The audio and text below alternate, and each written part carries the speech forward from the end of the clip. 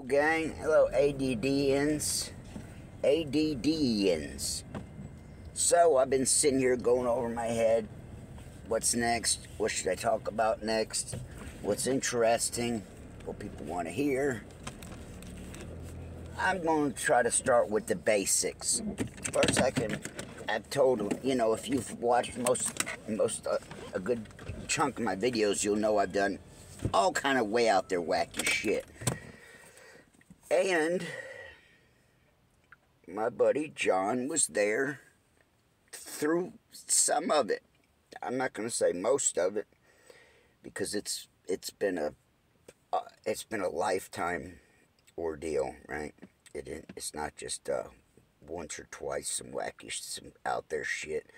Like my whole life's been one story after another.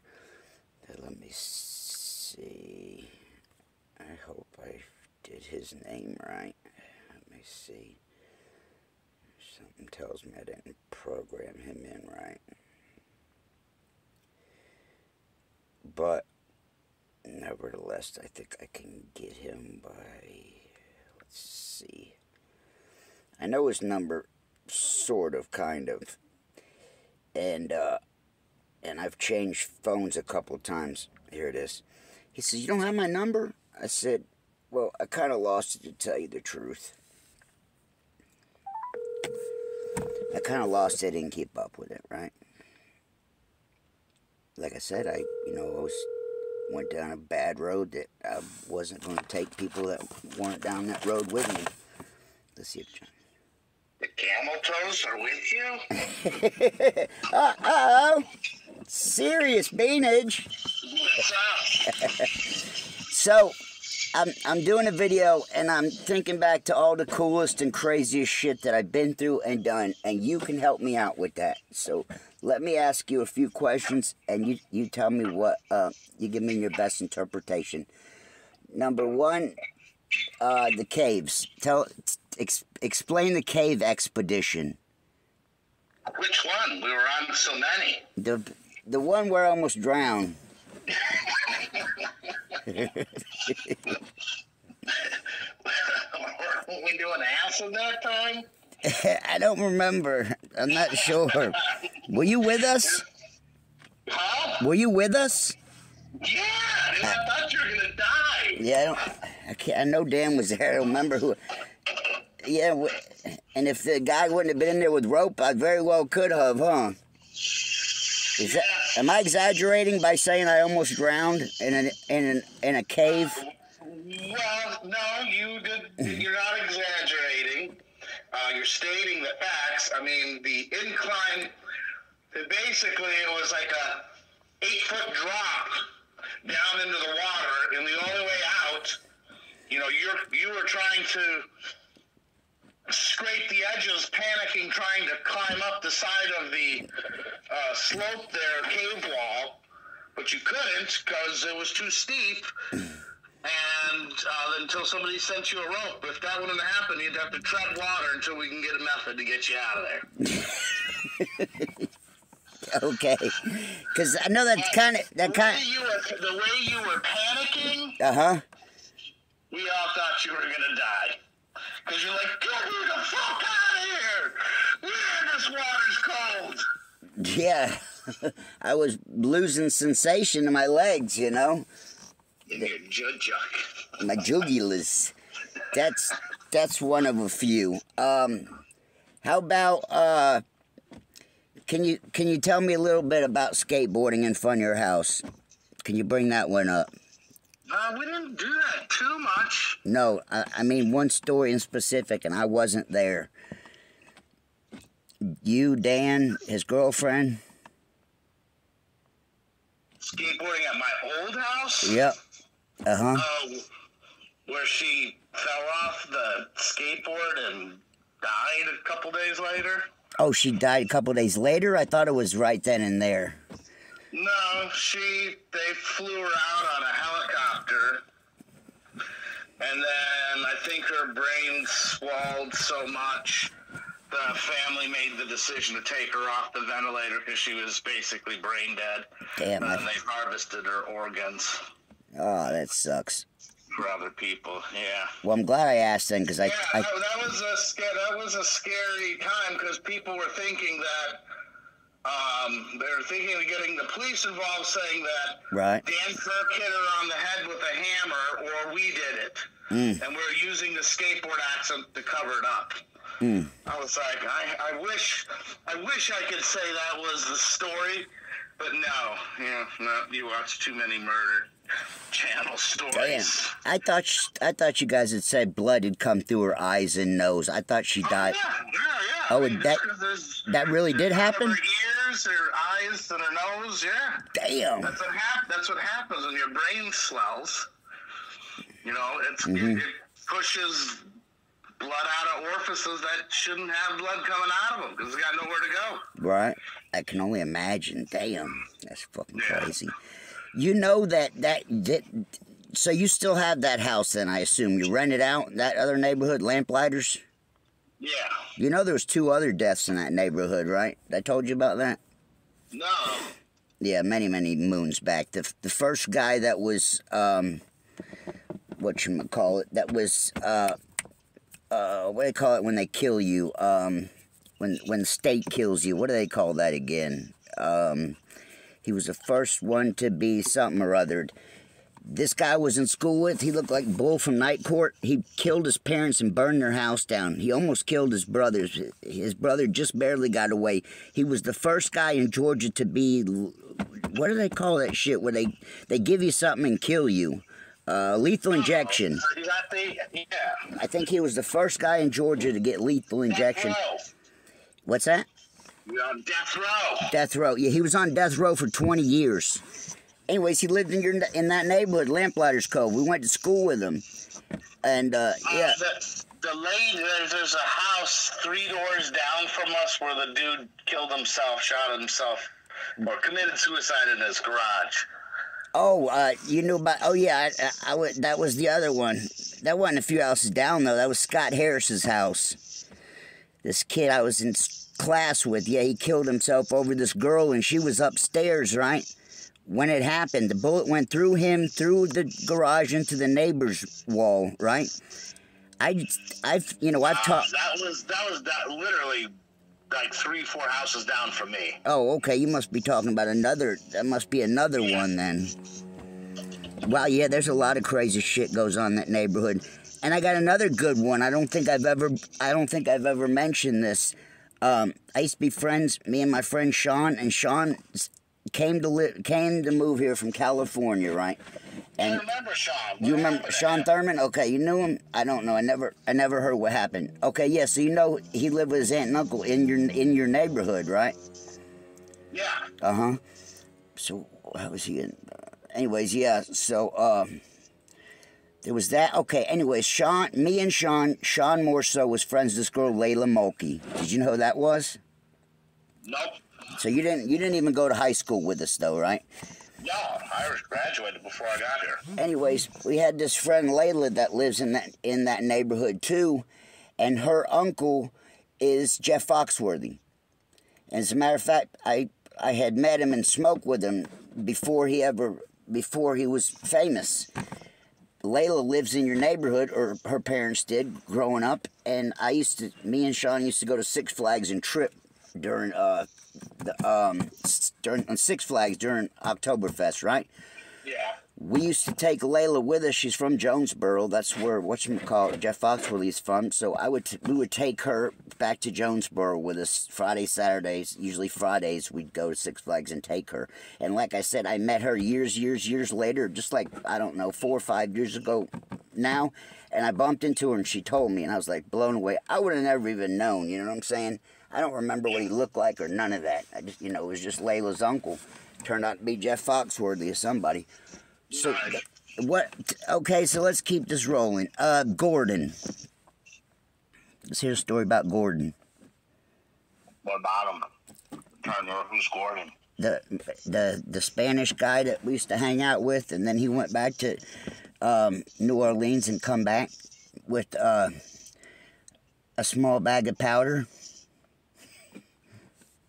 You don't remember that? Hello? I remember Gordon.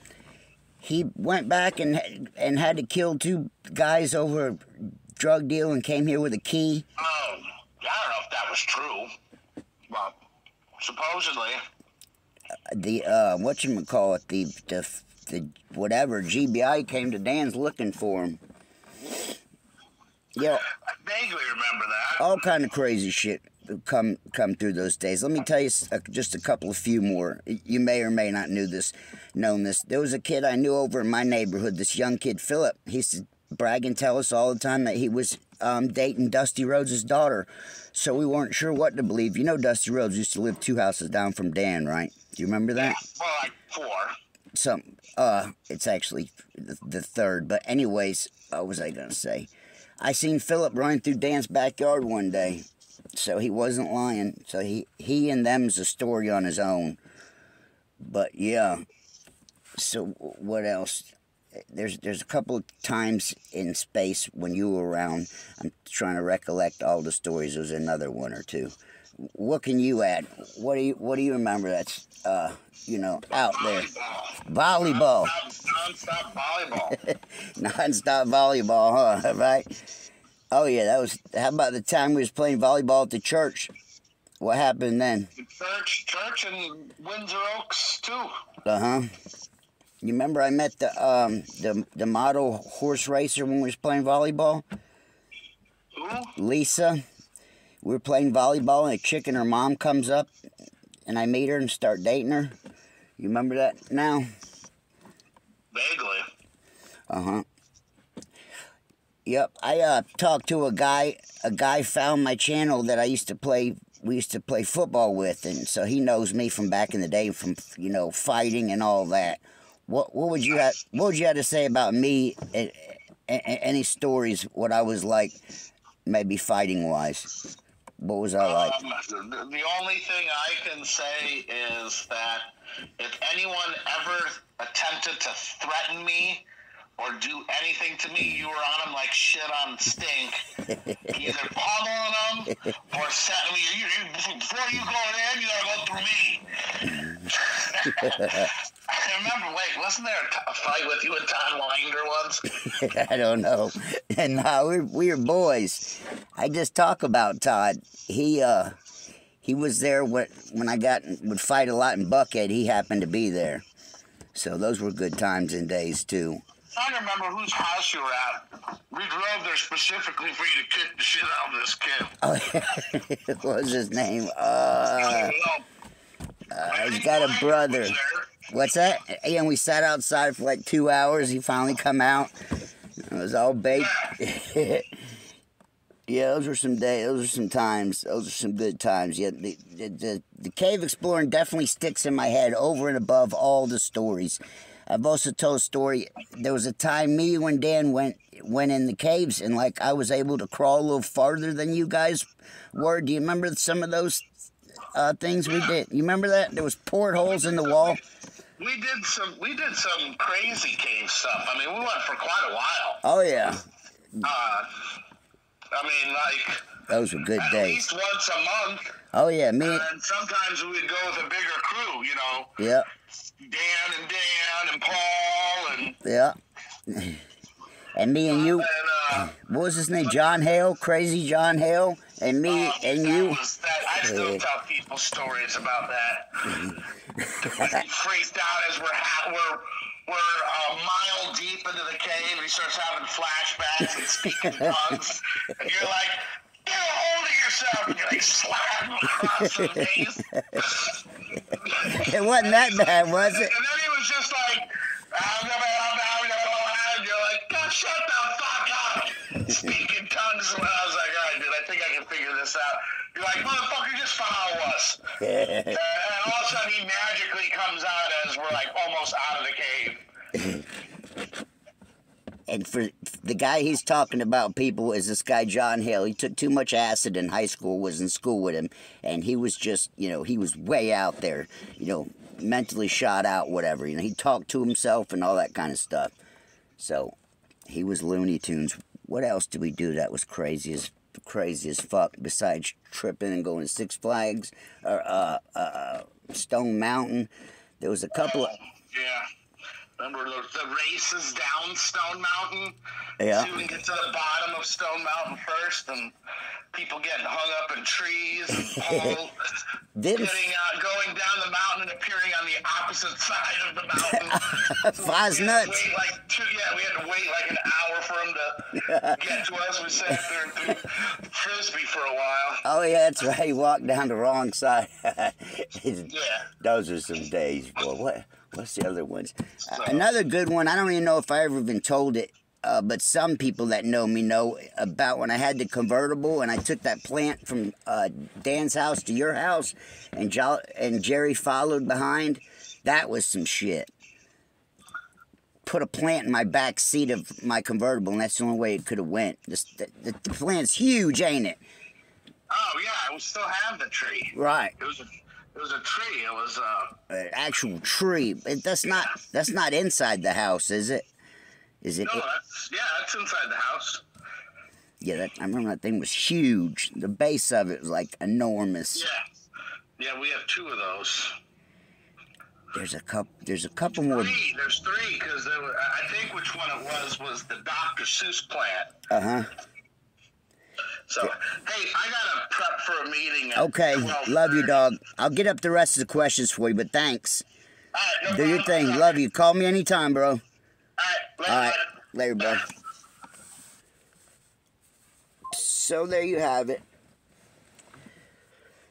There's quite a few more. I have quite a few more things that I've never even discussed and talked about. Like I said, these are just facts to tell you. When I start telling stories and shit, I'm prepping myself for people's to believe me, because I know myself when I say some of these stories like out loud and in my head, I'm like, if someone told me that, I would call bullshit, and like every story I have is like that. So you ain't gonna be able to call bullshit. There's proof right there. So that's what we're doing for today. There was something else, but that's a good one. That's a milestone for today. I got haters saying, talking shit about me. Yeah, I may never be famous. I may never succeed at this, but I'm gonna die trying. And I think I got a decent odd. I mean, there's enough people that know me, that I've done videos with, that I'm friends with, to where one of these days I'm going to get that call. So you don't think that's possible with me? Is that what you guys think? That's not possible. I'm friends with movie producers and artists and all kind of crazy shit, but there's no chance of me ever doing anything better. Right? I'm just going to tell these same lame-ass, boring stories that all this shit happens to everybody, right? Right? Wrong. Stay ADD.